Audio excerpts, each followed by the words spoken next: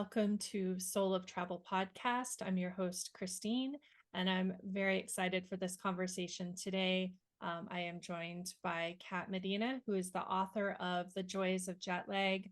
And we are going to talk about so many things that come up here on the podcast in the context of business and travel and life, really thinking about how we can find more joy, be more intentional, overcome stories that hold us back from living the life that we really dream of, and also how to bring the traveler's mindset into our everyday life. So I can't wait to jump into the conversation.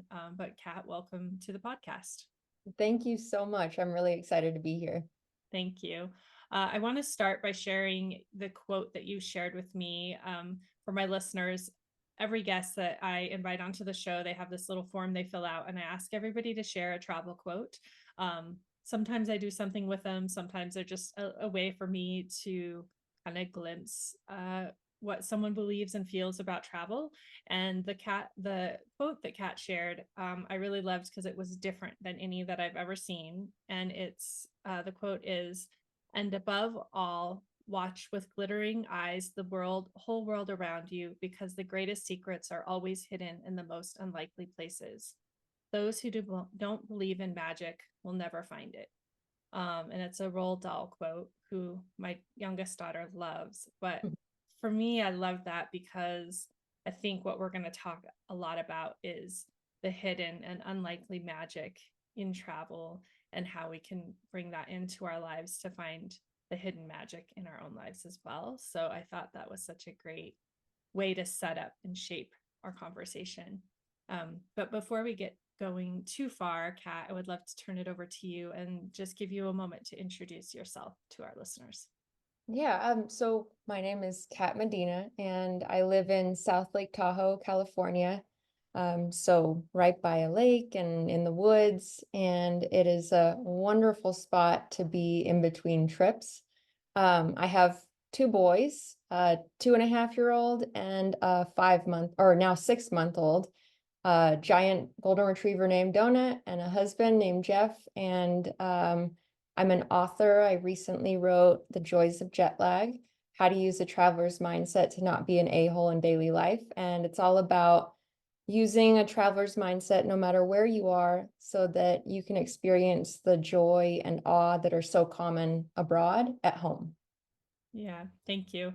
I also loved your dog's name. That made me so happy. And that you say he's a giant golden retriever, because I had a giant golden retriever as well. And he was like 110 pounds and Oh, so wow. big. And so I'm like, oh my gosh, I know exactly what she is saying when she says that. Yeah, he's joining me on this interview too. So if you hear heavy breathing, it's him, not me. That's perfect. Mine is hopefully sleeping beside me, although now I have a miniature Australian Shepherd, because after having the giant golden, I did not want the job of managing such a large dog with my Yeah, children anymore. yeah, for sure. Okay, well, to get going, I would just love to hear from you a few of your early travel experiences and how those began to shape your understanding of travel and the value that it has in our lives. Mhm. So when I was growing up, we went on a couple trips, but I would say the most impactful one was actually when I was 17. I participated in a study abroad program called AFS in France. And before leaving, I had actually applied for the program that was located in Australia. And then a couple months before I left, I got an email saying that there weren't enough host families there, and I could choose between France, Italy, and Venezuela. And at the time, Venezuela was pretty rocky, and a lot of those kids that ended up doing that program got sent home because it was unsafe.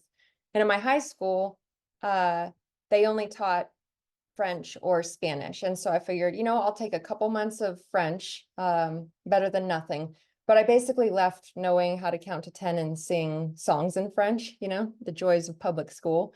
But on arrival, it was such a shock to my senses because I didn't know the language. And I got plopped into a French high school and was living with a family, and I was fully immersed in the language and the culture, and it was incredibly challenging, but it made me feel so alive. I remember leaving, SFO, leaving the airport and turning back and waving goodbye to my family and friends who came to see me off.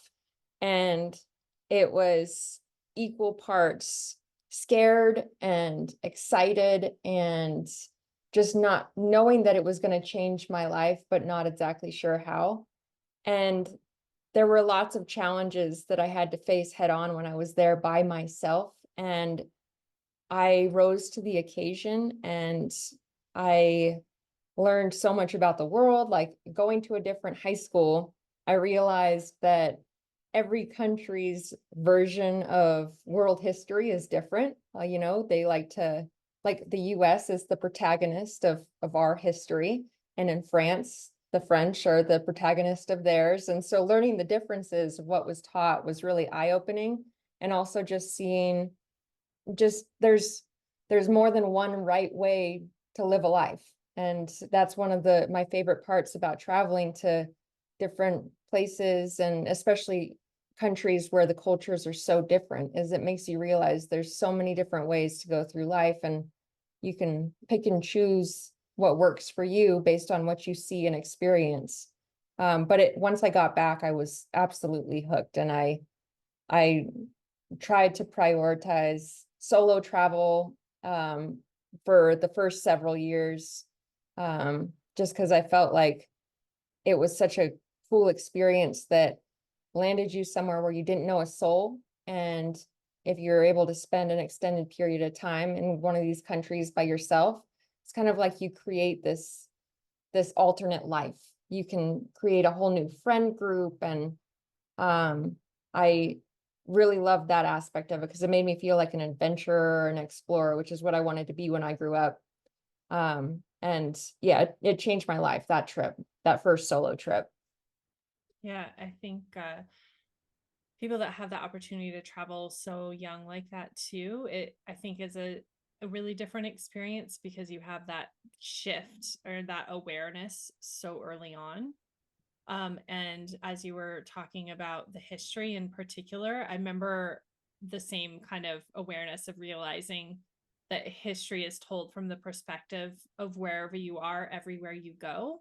Mm. And then also kind of having the awareness of that there's actually no like one true narrative of any of history, which also then was like unsettling and also maybe kind of comforting at the same time because it it was really powerful to realize how focused we can be in our own experience, and then to realize that everybody has these kind of ways that things are shaped for them, and then that when you travel you can kind of start to break that down and put it together for yourself.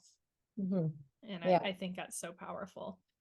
I would love to know if there was a moment related to travel where you really had the aha and then realized the disconnect between like your everyday cat and travel cat, because you talk a lot about how to kind of bring those two pieces together. So when did you realize maybe that they were separate personas? Um, I knew for a while, like I felt like for the majority of my life, I was two different people. I was my best self when I was on my trips. It was like the qualities that I admired most were effortless. Joy was effortless. And that was always a big priority. I wanted to live a joyful, passionate life where I felt like I was living each moment to the fullest. And when I traveled, it was like as soon as my feet hit foreign ground, it was instantaneous. And then, I traveled to about 35 countries, and I lived in Ecuador, France, Argentina, Spain, and then California. And I just started to notice that as much as I prioritize traveling, I was lucky to be able to go on as many trips as I did. I still spent the majority of my time working in California. And I realized that in between these trips, I would just kind of hunker down, make some, like, save a bunch of money, work really hard, and then go on the trip. And it was like that cycle of always looking forward to where I was going next. And I noticed that when I was at home, I wasn't my best self. I would take things for granted, stuff that I knew firsthand from so many of the places that I'd been were, you know, really incredible. Like just hot water when you shower, or being able to trust the water that, for the most part, that comes out of your sink, that you can drink it. Being able to go and get gas for your car without questioning if there would be enough. I just overlooked all these things that were dependable and ordinary because I had just gotten so used to them. And beyond that, I noticed that when I was at home, I would try to control the uncontrollable, which never works out. I get all frustrated if I was working and there was some, inevitable work fire I had to put out, or some last minute change, and would, I hate to admit it, but would let it ruin my days sometimes. And I just, I lacked the lightheartedness that would allow me to see mishaps as part of the adventure, which was effortless when I traveled. And so one day I was working and I was a couple months out from my next trip, and I realized that so much of my time was spent at home, being the version of myself that I wasn't the most proud of. And only small amounts of my year were actually spent abroad, being my best self. And it felt like just this epiphany where it felt like such a waste, to spend my days wishing I was somewhere else instead of enjoying where I was. And I had this realization that it was like, I already know how to be the best version of myself because it's effortless when I'm abroad. So so I already know I can do it, but how do I bring that home? How do I bring that version of me everywhere, no matter where I am?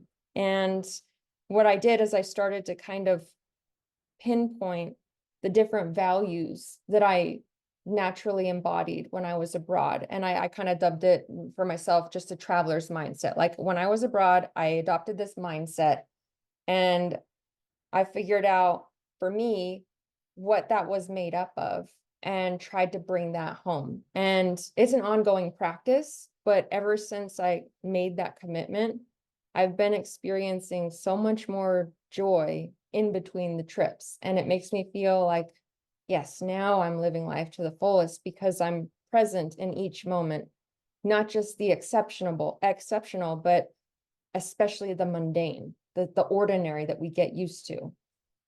Mhm. Oh, so many good things in what you were just sharing, and thank you for sharing that. I think so many people would relate, whether they have had this aha moment for themselves or not, or just listening to you for the first time and seeing that pattern and that behavior. I think so many people have created travel as this place for escape and release, and or connection to self and connection to nature. But either way you look at it, it's this space that exists somewhere outside of where you live every day. And many of us do spend, and I even remember just admiring people when I was younger that would go like work in Alaska for the summer and save a bunch of money and then travel. And then they had the next seasonal thing that would get them through the rest of the year. So like they would just work like crazy for 2 months and travel 4 months, and then work like crazy for 2 months and travel for 4 months. And I thought, wow, that's the dream. But as you're saying that, like, yes, they were having incredible travel experiences, but what did those 2 months look like? And then if you're sustaining that long term, what does that start to create? And then in a more practical way, in most of our lives, that's maybe we have 2 weeks of vacation a year. If we're really lucky, we have 4 weeks of vacation a year.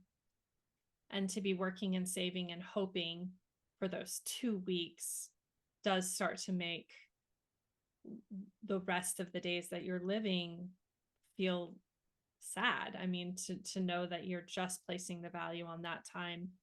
And then the other thing that you've said, and I noticed this about myself, and you actually, if you listen to the podcast, I'd probably talk about this moment so many times, but there is that moment for myself with my backpack on, and you step off the airplane onto the tarmac, wherever you are, and you like look around. And for me, I'm probably seeing like lush green, and it's warm and humid because that's where I tend to like to go. And my whole body just goes, there I am. And Mhm. then, like, for me, I'm like, wow, that's such a powerful moment. But as you're describing that, what a sad thing for that not to be like when my feet come out of bed and hit the carpet on the floor in the morning, right? That it Exactly. only exists in this bookend period of time. So I think it's so powerful to think about that. And then the other thing that you were saying, kind of assessing your values, assessing who you are when you travel, like digging into what that looks like. And then seeing how far apart that is from every day. I think this is such a powerful exercise that anyone can do. And we'll talk a little bit about it in a moment as well when we talk about like bringing it back home. But I know that's something that I did, especially during the pandemic, because I was not able to access that perfect bookend me for a while. Mhm. But I would love to talk about this travel version of self before we go back to kind of seeing how we bring it into our lives. For you, what were some of those things you noticed about that version of yourself that you really were wanted to embrace more fully?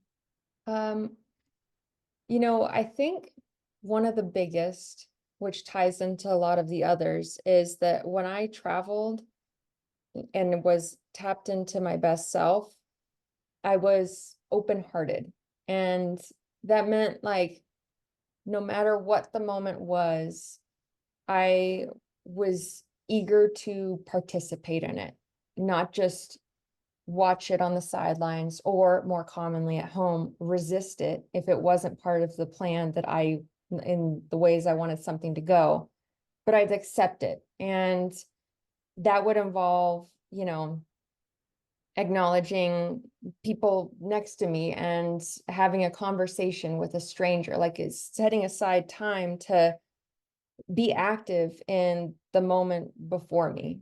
And like if I'm traveling, let's say I'm at the grocery store, that felt like an adventure, in part because it was in a different place. It felt new and exciting, but more so because I was like seeking out these moments of connection with the people around me or with the environment around me. And it made it so that spontaneous interactions or situations or experiences started popping up more often because I was seeking out these opportunities to connect and to be really present, not to just look at my phone and check emails while I'm standing in line, to try to be more efficient so that I can eventually relax or enjoy the moment or enjoy life, but instead recognize that, maybe it's not so much about doing things in the present moment so that my future self can enjoy them by trying to be as efficient as possible, but more so about doing the present self a solid by looking up and engaging in whatever is before me. The other thing that I would do is I would see, mishaps as part of the adventure and the key components to whatever story I would later tell. On my trips, the stories that I most frequently tell are usually the ones where something went awry, or there was a challenge, or, something embarrassing happened. Those are the ones that I tell, not the ones where everything went perfectly. And so trying to reduce the amount of time between the event and my positive or appreciative reaction to it.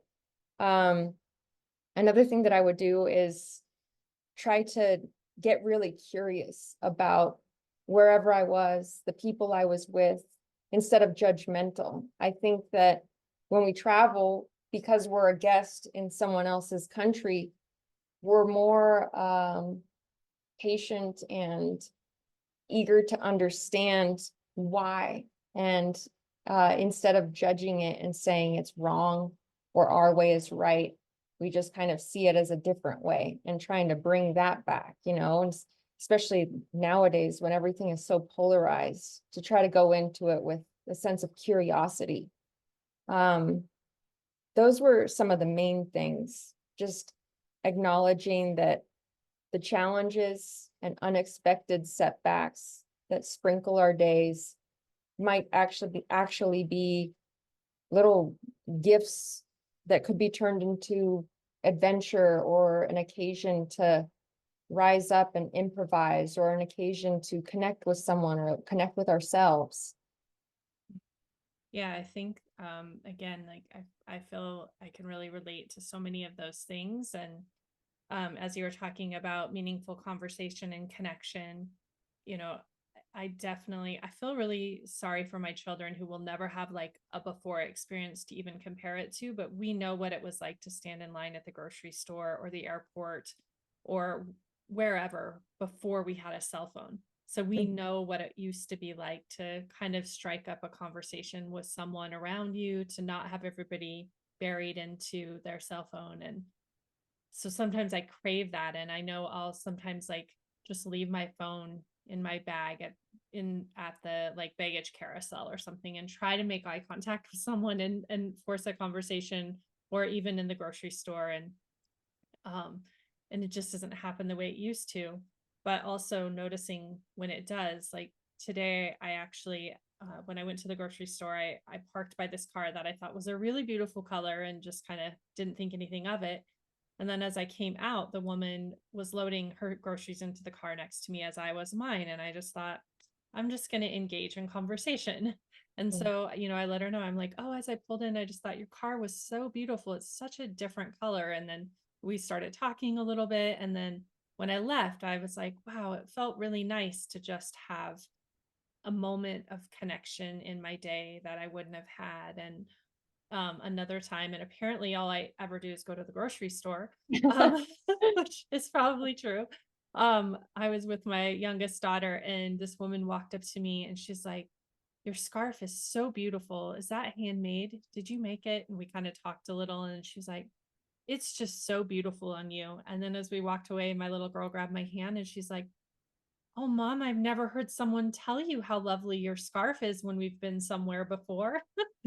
And like, I think she even understood that it was not just the scarf, but how unusual for someone to just come right up and offer a comment like that and start a conversation. And she realized that it was like a beautiful moment. Yeah, I think that is the exact thing I'm talking about with being open-hearted.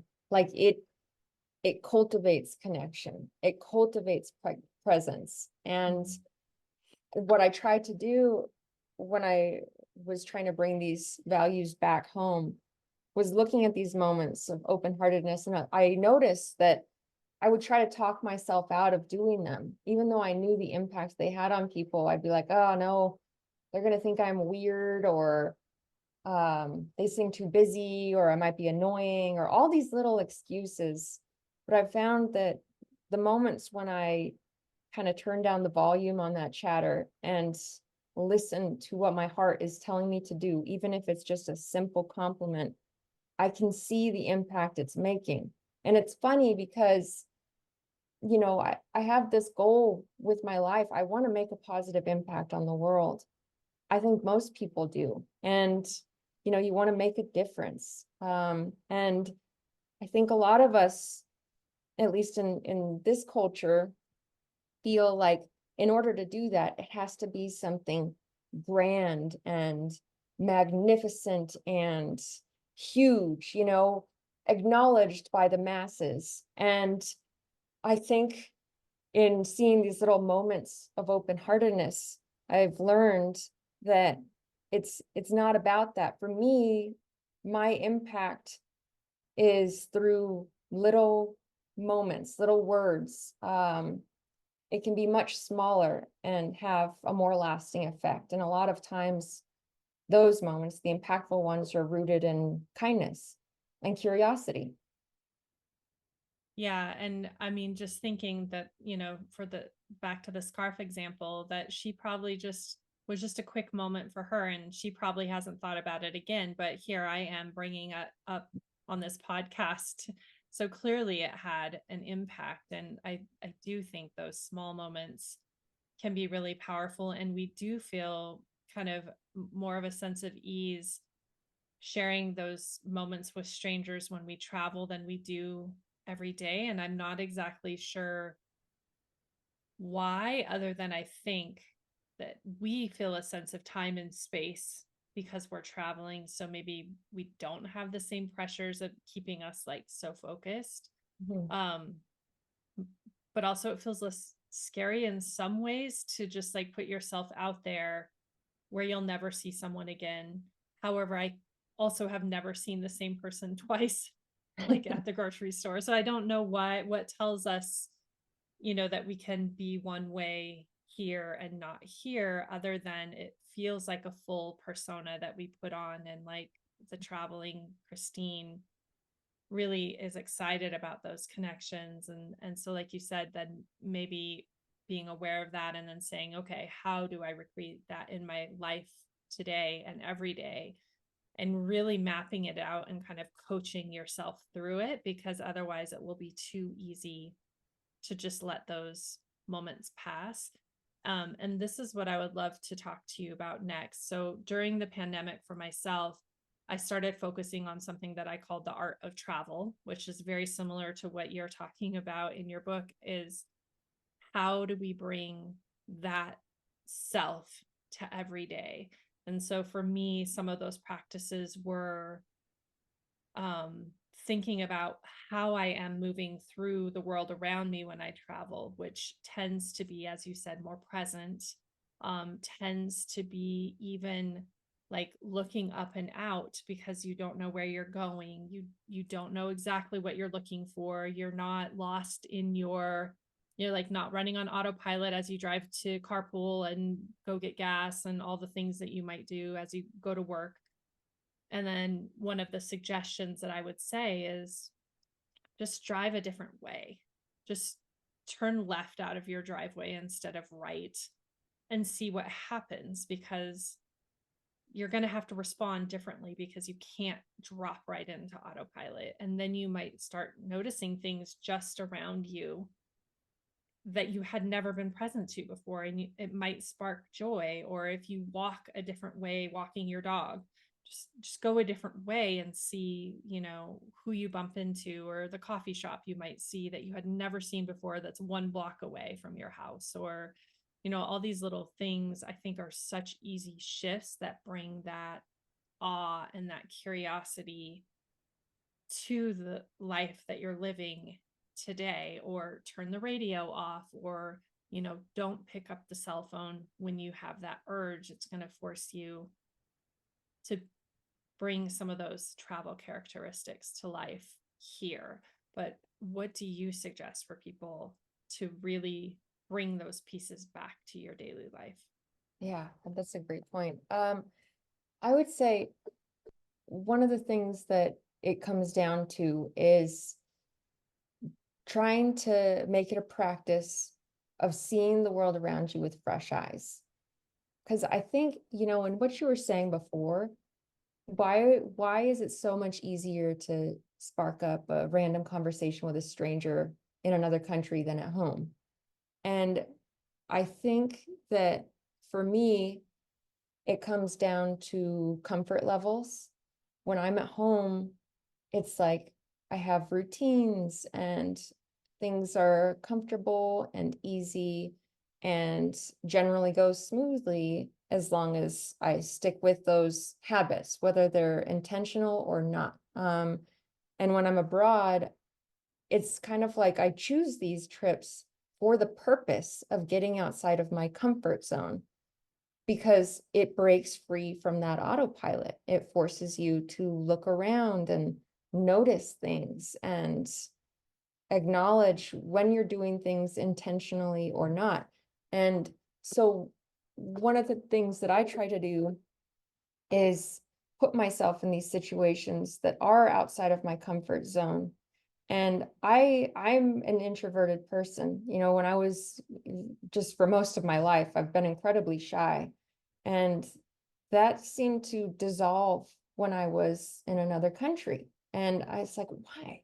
It feels like a total mind freeze when I'm at home in a situation where shyness kicks in. But abroad, it's like that fog clears and I can actually think and behave and talk in the way that I want. So what's the difference? And it's, you know, a lot to do with curiosity and also adopting this belief that I realized when I traveled, and now I can do this at home, is seeing that, you know what, life is happening for me, not to me.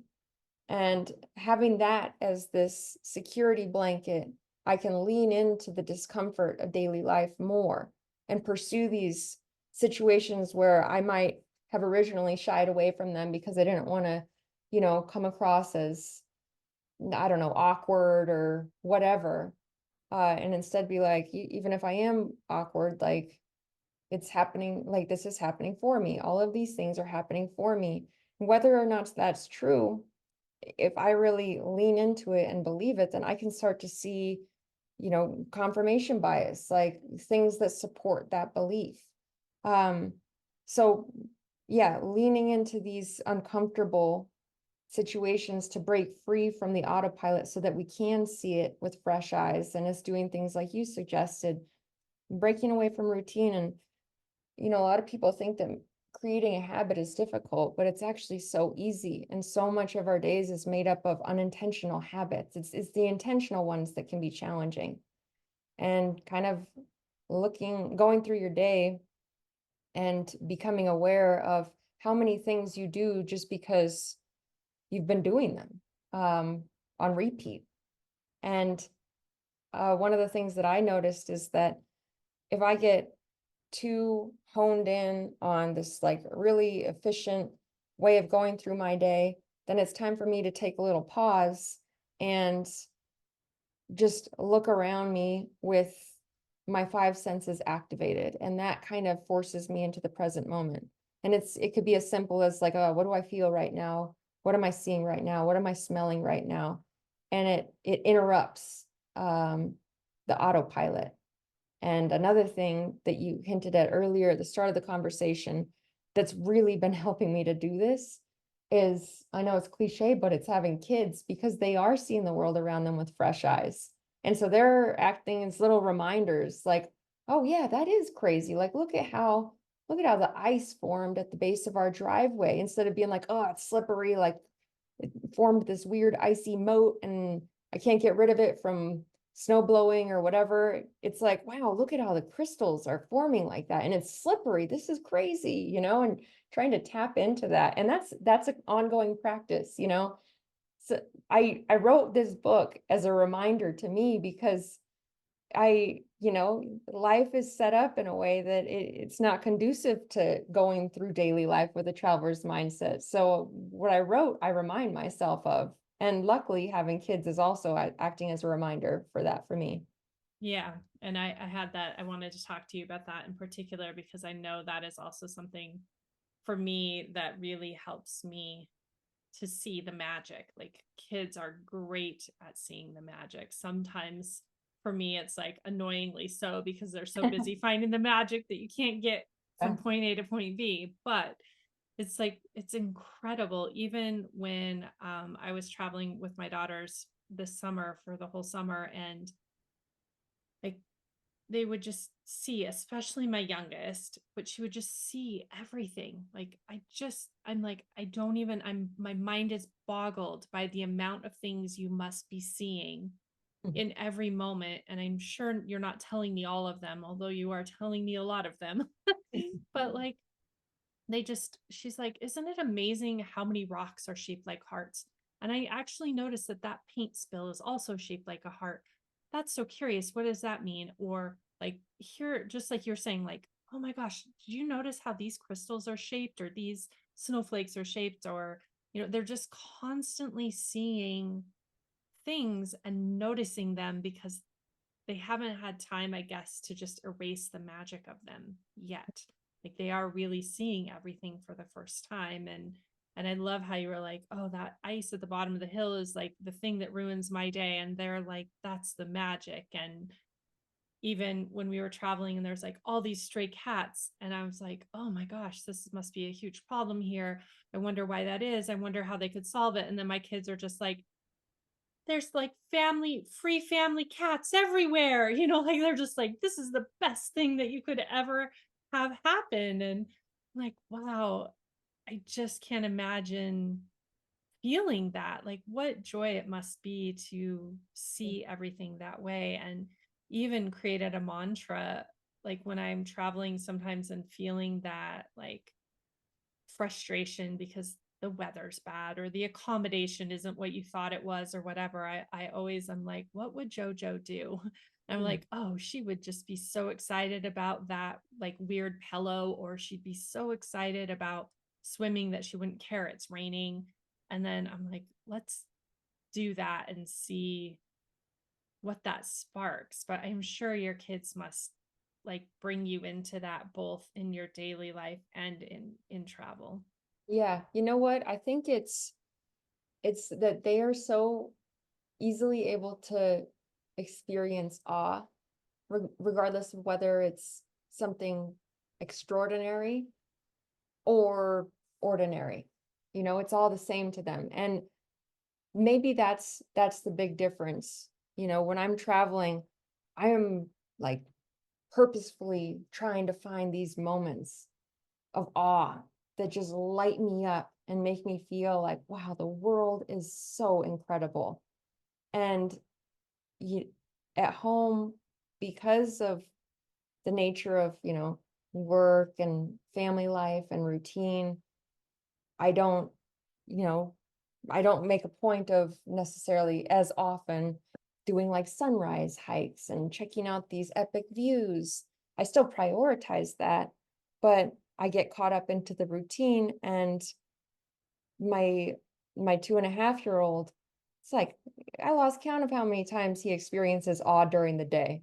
And I think that awe is a big contributor to joy. I know a lot of people have heard that like the key to joy is gratitude, but isn't that kind of awe in a sense? It's total appreciation for what's before you and honoring it in all that it is. And so I think that's one of the things that I try to do is not just wait for these once in a lifetime crazy moments to seek out awe, but rather try to find it in the ordinary. And that's how you get more joy in daily life, is to be present enough to fully appreciate whatever's before you. Yeah, I think awe is such a key part of the power of travel, and I would agree definitely if you can bring that into your daily practice that it's going to shift something. Because I think so many people when they talk about these moments in travel as they're experiencing awe, it's the thing that like both shows you that everything is possible in the world, and like that magic is bigger than we can ever imagine and beauty is greater than we can ever imagine, and that also like somehow shows us that while we're an important part of that, we're not the only part of that. And Mhm. so it's really a humbling moment, I think, and that those moments in travel are the ones that are really precious, the thing that kind of throws you off kilter like that and allows you to see the beauty and allows you to see the simplicity at the same time. And I do Mhm. think that's hard for us to do because of just the way we start to process information around us. And I was even thinking earlier, you were talking a little bit about, how you might behave one way here and one way when you travel, and thinking about the stories that we tell ourselves. And like here in this life and as this Christine, I have all these stories wrapped around me, right? And all these identities wrapped around me. And those are the things that kind of keep me in this pattern. But Mhm. when I travel, same as when my feet hits the ground and I have that backpack, like I have let go of shy. I have Mhm. let go of mom. I have let go of like PTO. I've let go of like all of these things don't exist anymore. I'm just me. And so I think this is one thing I would love to talk to you too is like letting go of those stories that we tell ourselves is a really important part of becoming that best version of ourselves. And travel, if you're really aware, can show you the things you need to let go of because they're the ones you let go of when you travel. Mhm. So I'm wondering for you, how do you think travel does help us to see that, and how can we kind of let go of some of those things that we keep wrapped around us that sometimes we feel like keeps us safe, but they actually are really keeping us stuck, I think. Yeah, that's a great question.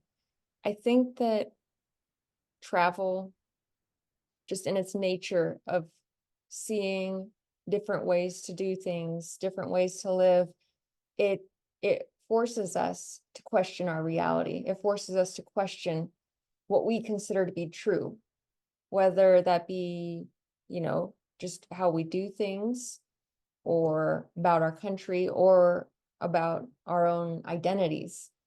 It forces um, self-reflection and just awareness of everything. And I think that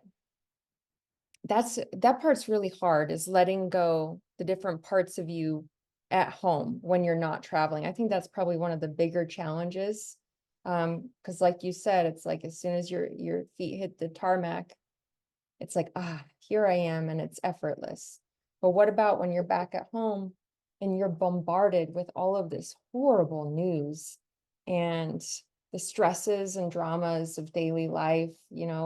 It's like when we travel, we can just go, this is only for a little bit, so I need to take full advantage, and I'll address that when I get back home. So how do you do that when you're back at home, when it's not like this little escape, where you can experience joy regardless of all the drama back at home? And um, I'm still kind of working on that and trying to figure it out.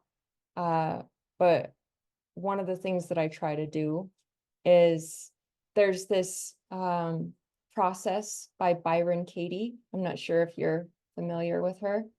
And it's a series of questions that you ask yourself, and you could just do it in your mind or journal about it. And I don't remember specifically what they are. You can Google it, and she has them available.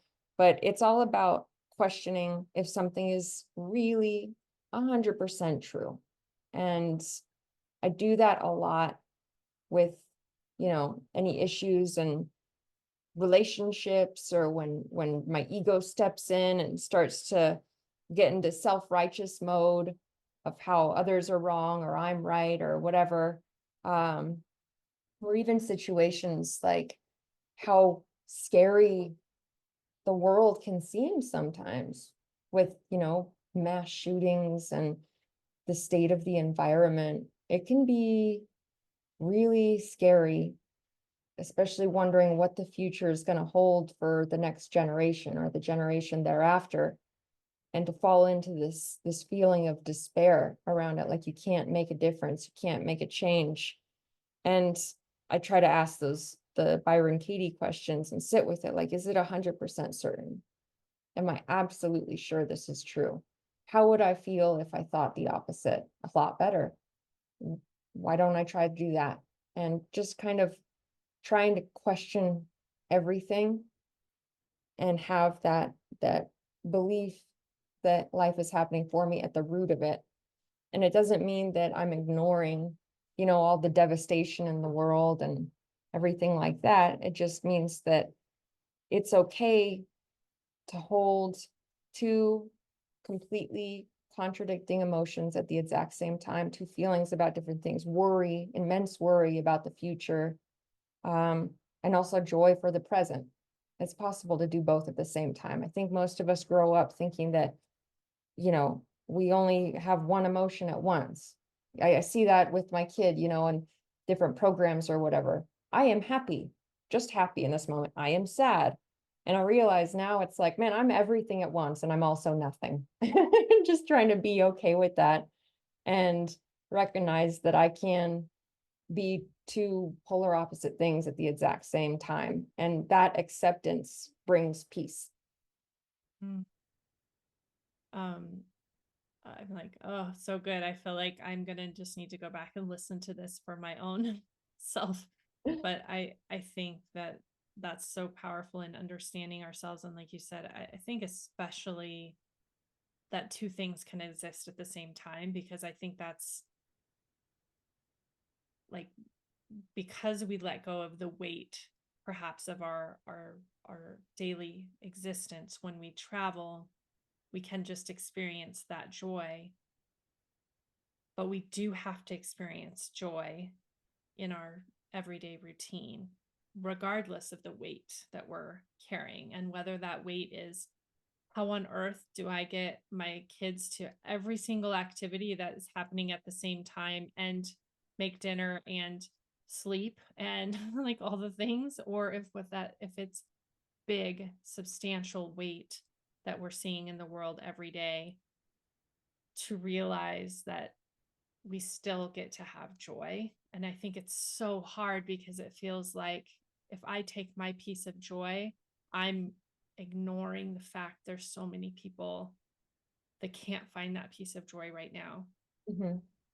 And I think it's really interesting to figure out how to be both things. And I know for myself, even like I'm a joy killer in my own life when I'm not traveling. And even sometimes when I'm traveling, because I feel like, because there's so much happening, if I have this immense joy, I better tackle on some hardship to it, which is, Yeah. I think, even where kind of the funny, like, worst thing that happens scenario stories come up with travel. Because Mm-hmm. if I just tell you how amazing my travel experience is, I feel a little guilty about that. But if Yeah. I tell you, like, my luggage got lost, I had to wait in line, I got food poisoning and all this, all of a sudden it's okay that I had this incredible travel experience, because also I had all this hardship tangled up inside of it. Um, and again, I'm sure there's probably so many like greater explanations for why we do this, but I think it's really important for people to just, again, like, reflect on who they are, how they are, and then you can kind of start to see more intentionally what you want to create every day, because that's kind of how we get to the bottom of it, is a lot of reflection. And I think that's part of why so many of us love travel, is because it does give us that moment to kind of untangle things, because you are away from it and you can see yourself a little bit more clearly. Mm-hmm. Yes, exactly. Yeah. Well, this has been such a beautiful conversation. I appreciate it so much. I think we probably could have found a few more things to really dive into, but I have loved sharing this time with you. Before we end, I would love if you have one other thing that is just like thing that you most would want to share with my listeners, to give you the space to just add that pearl of wisdom to the end of our conversation. Um, yeah, so I would say this is kind of just popping up a lot for me lately, where we place our attention.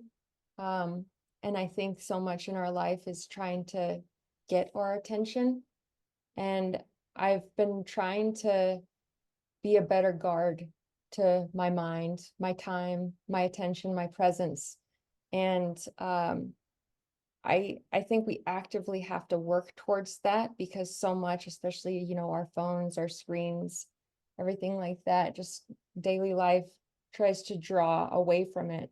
And to try to be aware of it, where it's going, and whether it's like halfway there or 100% there. And this is just something starting this year I've been trying to focus on more, is my attention divided, or am I fully focused on what's happening?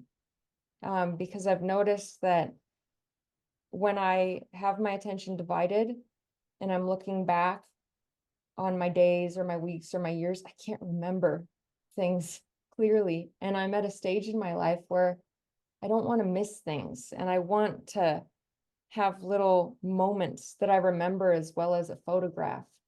And when I have my attention divided, it's gone. I just can't remember. And maybe that's also the fog of motherhood right now. I can't remember anything, but I'm trying to be more purposeful in what I'm doing and specifically how. And I think that comes down to just really activating my five senses. And years ago, I attended this talk by a naturalist and also author, John Muir Laws. And he was talking about how when you're outside, if you really want to remember something that you're seeing, the most of our reaction is let's take a photo of it or we'll take a video and then we won't forget it. But when you rely on your phone or your camera to capture and record that moment, your mind, which is an incredible thing, your brain is an efficiency machine, and it goes, I don't have to work as hard because it's on the phone or the camera. And as a result, you remember that moment when you look at that picture, but not just in your mind. And so he suggested to remember the three eyes. When you're looking at a moment you want to remember, maybe it's, a sunset over a lake and it's just stunning, like rainbow sherbet colors. Or maybe it's just watching your family interact and hearing their laughter over something silly. Like my 2-year-old recently learned that farts can be called barking spiders. So that's been fun. Thank you, Jeff. And what you do is, if you want to really remember this moment, you can pull out your phone and take a picture, but also, or instead, do the three eyes. I wonder, have that statement. I wonder, when he's going to realize that spiders don't bark. Or I notice that when he laughs, like a little bit of tears form and he gets dimples, and it reminds me of, and then you think of something that it reminds you of, oh, when I was a kid. Or in the example of the sunset, I wonder, I notice, it reminds me of. And drawing your attention to those three statements, it sticks it in your mind and tells your brain, hey, pay attention to this. This is important. My phone may have gotten this moment, but I want my brain to do it too. And having that as a practice of acknowledging where your attention is, where it's going, it can make you feel more present, more prone to these moments of awe, more joy, and as a result, feel like you are living life to your fullest. Even if you aren't doing some extravagant thing, you're present for what's happening. And I think that's the whole point. Thank you. That was a beautiful note to end on. And I had heard of the five senses, and I do that one often, but I love the last one that you just shared. So thank you for sharing that practice with us. Before we end, I have a few rapid fire-ish questions before we wrap up our time together. So the first question is, what are you reading right now? I am in between books, but I just reread the whole Harry Potter series, and I prolonged the last 2 chapters of book 7. Like I wasn't ready for it to end, but last night I finally finished it and I was like, oh man, it's so good. So I hadn't read it since they first came out.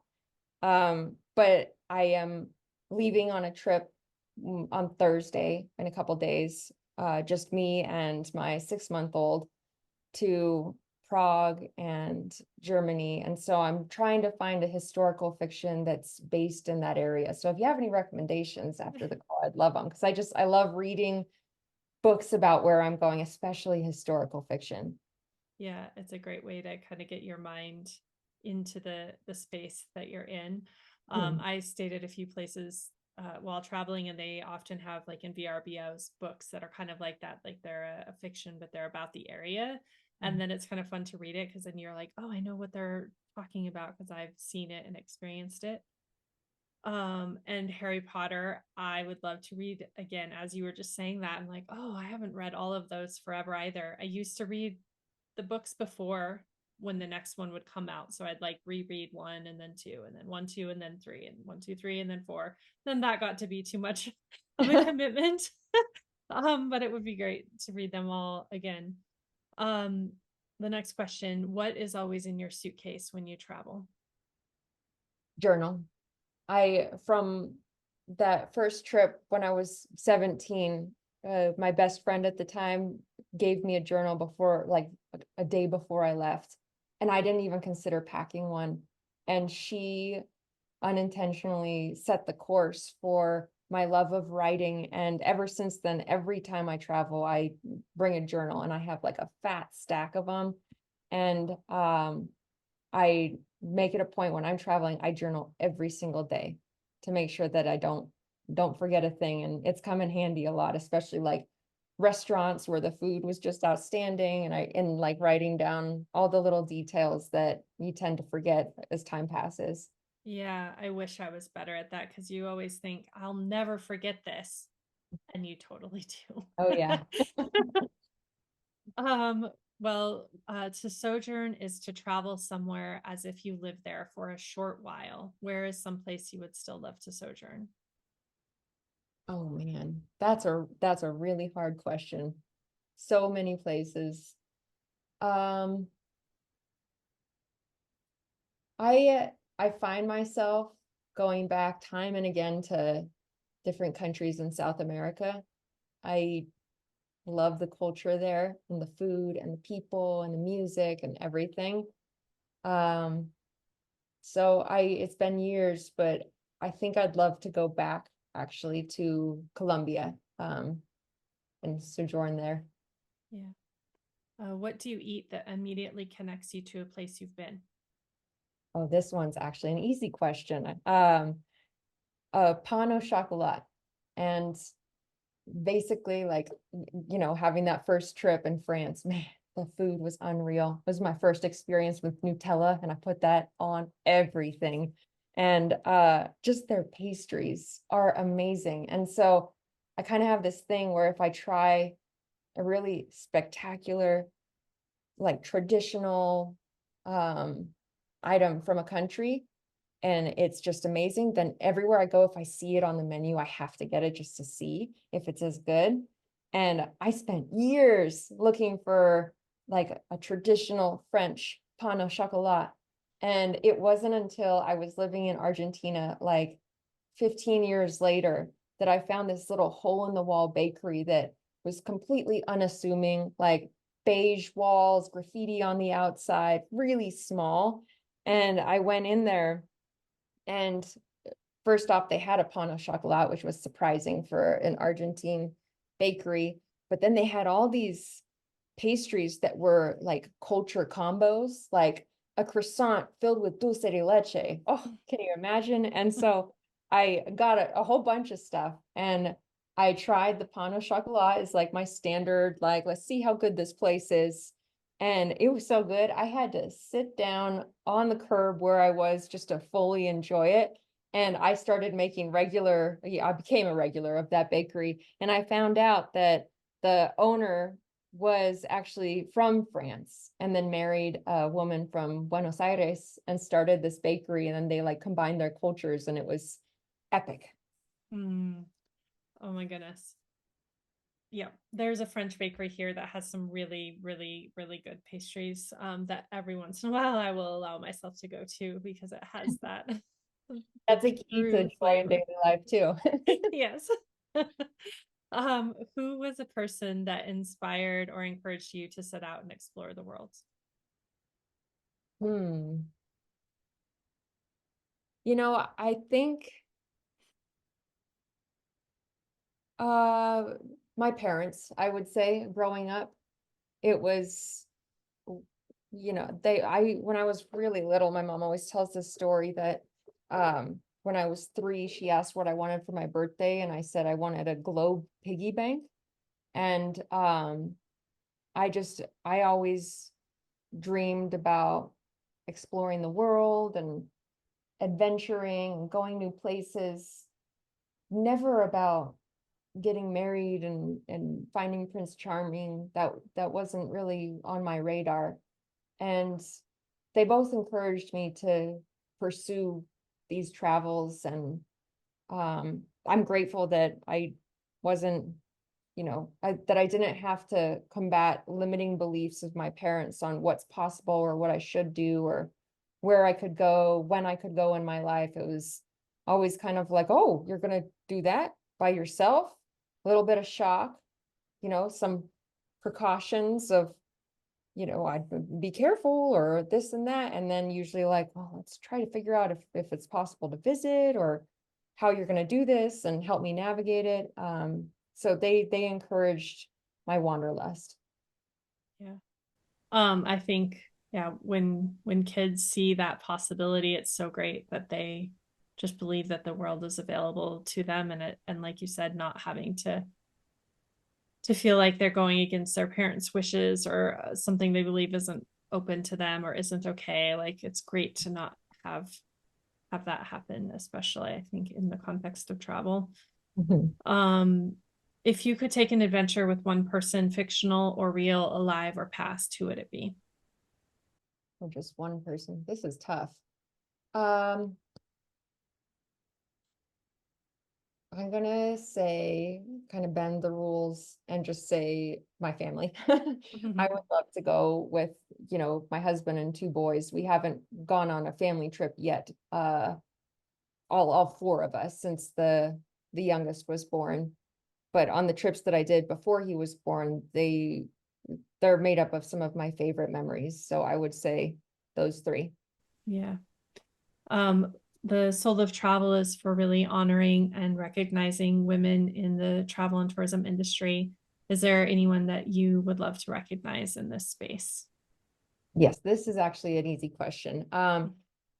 There's a woman, Alex Reynolds, who has like a website and Instagram and following called Lost with Purpose.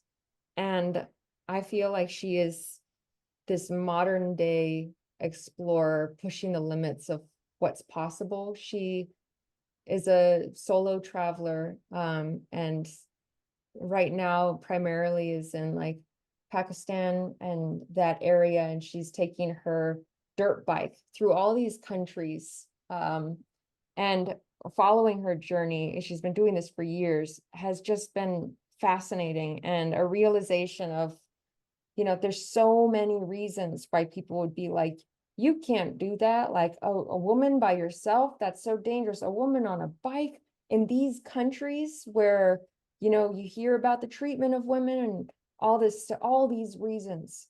And she just kind of proves that there's always going to be an excuse not to do something. But if you're really driven and your heart's telling you to do it, there's always a reason to do it. There's always going to be someone doing it. Maybe not as many people, but she's proving that with like so many people thinking that like it's too dangerous or too scary or not a good idea or whatever. She's saying, well, watch me. And it's inspiring. Thank you. Thank you for mentioning her. And yeah, just thank you once again for this conversation. I'm so glad that we were connected and able to share this time today. And I really hope that many of my listeners pick up your book and learn from your stories and that they're inspired by this conversation to really understand how important travel is in our lives, but how important it is to bring all that joy that we find into our life every day and not wait just for those moments when we're traveling. Thank you. I really enjoyed this conversation. So thank you for having me on. Thank you.